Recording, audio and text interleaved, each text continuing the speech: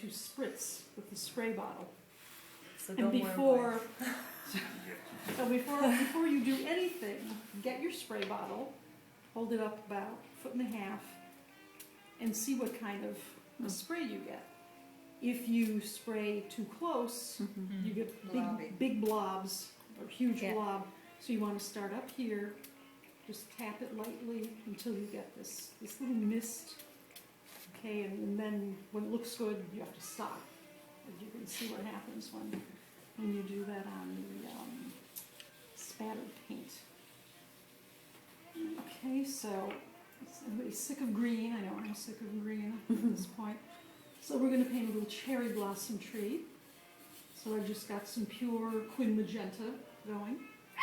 And before I do that, when you spatter the paint, it can jump like 2 or 3 feet. So be very careful. This is one of the last things you're doing. And I don't really need to do it here because it's just an exercise. But one way to do it is to just get some little Kleenex that have, random edges and just mask the part of your painting that you want to protect. And you can use a new Kleenex as well, of course. And this keeps you from having this perfectly rectangular tree. Of course, even if you do, you can always fix it. So spattering. I find the round brush holds a good amount of paint, but not too much paint. And then you want to pick up any other brush, other end of it, not the brush end, but the other end. And then make a couple sample spatters. That's really pretty watery, so I'm going to get a little more paint in there, make it a little bit thicker. Okay, that looks pretty good. And then I'm just going to spatter.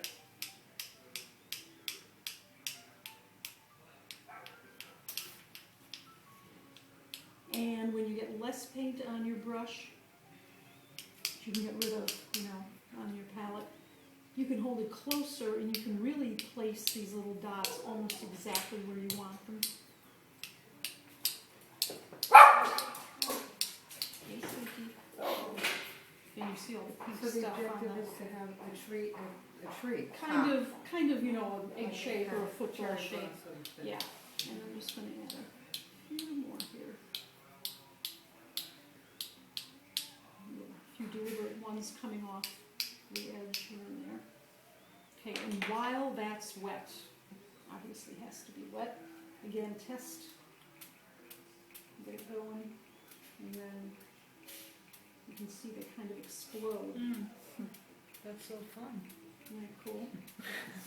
Now, patience. There, it either looks good and then with one more spray it could look terrible. So, if you want to do 1 or 2 more, start high again. Okay, so for once I didn't overdo it. If you do overdo it, again, just crumple up your Kleenex. Very gently block the part that got, too much, too soupy, or whatever.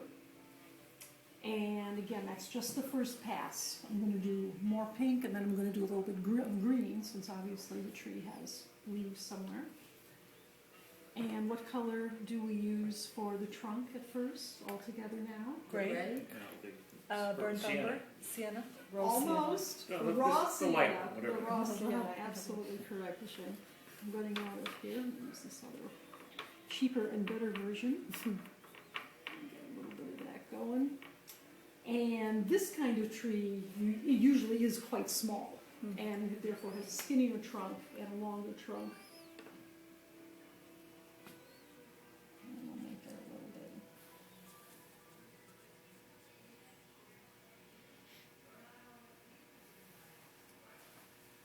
And sometimes that's just about all you need.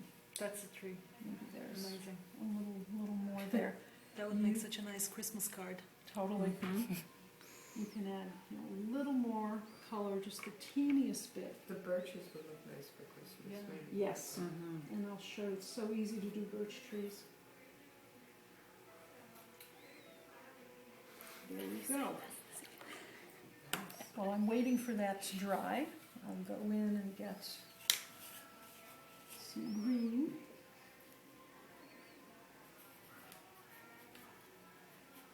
It's always nice to kind of that Zorro Z effect. Yeah. Yeah, a little bit of So perspective or something going on there. Best to do this when your trunk is completely dry, otherwise it tends to bleed a little much. And you know, you can spatter a few little cherry blossoms on the ground when it's done. This is almost dry. And in a real painting, of course, you would mask out everything again, so you didn't get it into the sky too much. But you can, of course, add a little bit more. Here's my make sample spatter. Get the excess off of your brush. And then, you know, a little darker here, maybe a little more there. Here's where your little brushes also come in handy if you really want to adjust the spatter. And not put too much in. And you could spritz that or not. And now I'm just going to put in a tiny bit of green for the leaves, which I have pre-mixed, so it's ready for me. And get some of the excess off there. Notice I'm holding it very close.